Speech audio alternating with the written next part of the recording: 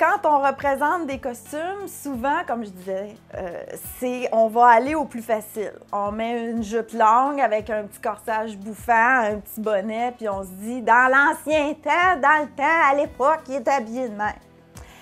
On aime que nos ancêtres soient représentés souvent habillés en brun, en jute, des vêtements un peu informes. Parce que nous autres ici, hein, c'était tellement la misère qu'on suivait pas ça, les modes d'Europe. Pourquoi? Pourquoi on n'aurait pas suivi les modes d'Europe? Je veux dire, même quelqu'un aujourd'hui, dans les années 2000, qui a peu de moyens financiers, va quand même finir par être habillé à la mode des années 2000. Parce que même s'il achète du linge usagé, même s'il garde ses vêtements, à un moment donné, tu n'as pas le choix, il n'est pas habillé comme en 1920, là.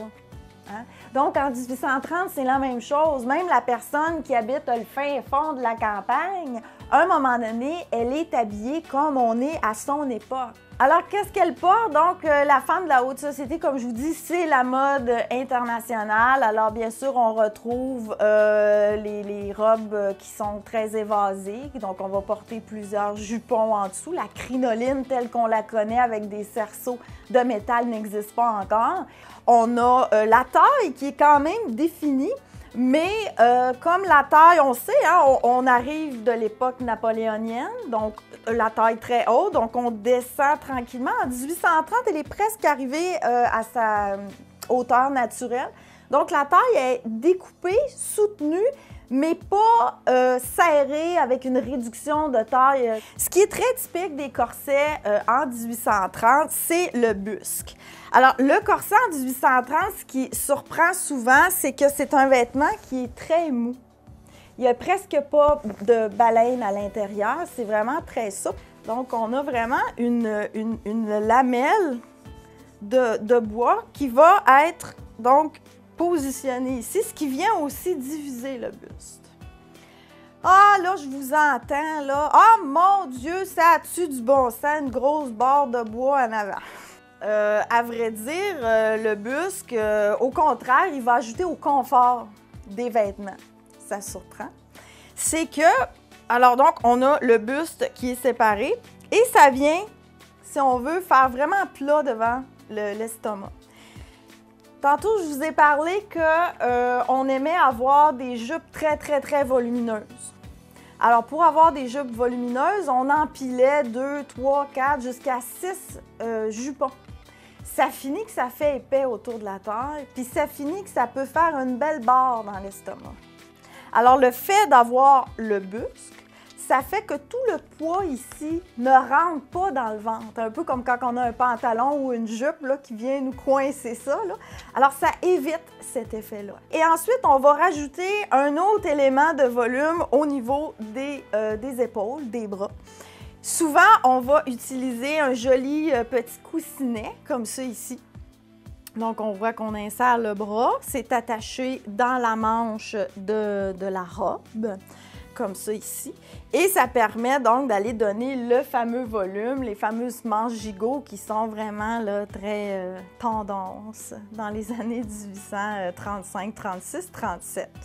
Sur la tête, on va avoir les cheveux remontés avec souvent des aménagements, si on veut, de boucles, de boudins ici pour aller donner un volume sur les côtés du visage. Et quand on sort à l'extérieur, on va avoir la fameuse capote. Donc, c'est vraiment un chapeau, bien qu'on dise un bonnet vu qu'il y a un ruban qui vient attacher. Et on a donc l'ouverture qui fait tout le tour du visage comme ça ici. Dans les pieds, on va souvent avoir quelque chose qu'on va reconnaître. Hein? Le fameux chausson de ballet tient un peu son origine de là parce que les fameuses techniques des pointes vont être développées à peu près ça dans les années 1820-1830. Fait qu'il y a un petit peu une connexion entre la chaussure qui était portée au quotidien, parce qu'il n'y avait pas de chaussures spécifiques pour la danse à cette époque-là. Donc, on peut peut-être croire que, mis ensemble, cette chaussure-là, contrairement à celle qui avait des talons dans le siècle avant, a pu permettre d'autres types de pas de danse. L'habitante. L'habitante, elle est très intéressante aussi. C'est que, bon, elle peut pas se promener avec des trop grosses jupes. Elle peut pas nécessairement non plus avoir des manches à n'en plus finir. Il y a comme une limite à un moment donné que sa vie active, parce qu'elle doit travailler à la ferme, s'occuper des enfants, tout ça. Il y a une limite de choses qu'elle peut porter et qu'elle peut pas porter. Mais c'est une femme. Alors, mesdames, bien sûr, on aime toujours ça, être saillante. Alors, la femme de 1830 ne fait pas exception, même si elle habite dans le fin fond d'un rang. Elle va avoir une jupe en laine, souvent, ou en lin, de couleur, et le corsage va être dans un autre tissu, une autre couleur. Alors, notre petite habitante va avoir des accessoires par-dessus son petit mantelet, parce qu'on utilise encore le terme mantelet qui vient du siècle d'avant. Donc, elle va continuer, elle va agrémenter son petit mantelet d'un mouchoir de cou qui va être porté en pointe en avant. Donc, ça permet d'ajouter un peu de couleur, ça permet d'ajuster le décolleté aussi. Chez la femme du commun, la chaussure, on retrouve le soulier de bœuf. Alors, le soulier de bœuf, malheureusement, qui n'est plus très connu aujourd'hui. Pourtant, le soulier de bœuf est un vêtement traditionnel québécois au même titre que le kilt l'est pour les Écossais. Un accessoire de notre patrimoine, un peu comme la ceinture Obi l'est pour les Japonais. Alors, on l'a porté ici jusque dans les années 1960 dans nos campagnes et puis, pouf, on l'a oublié.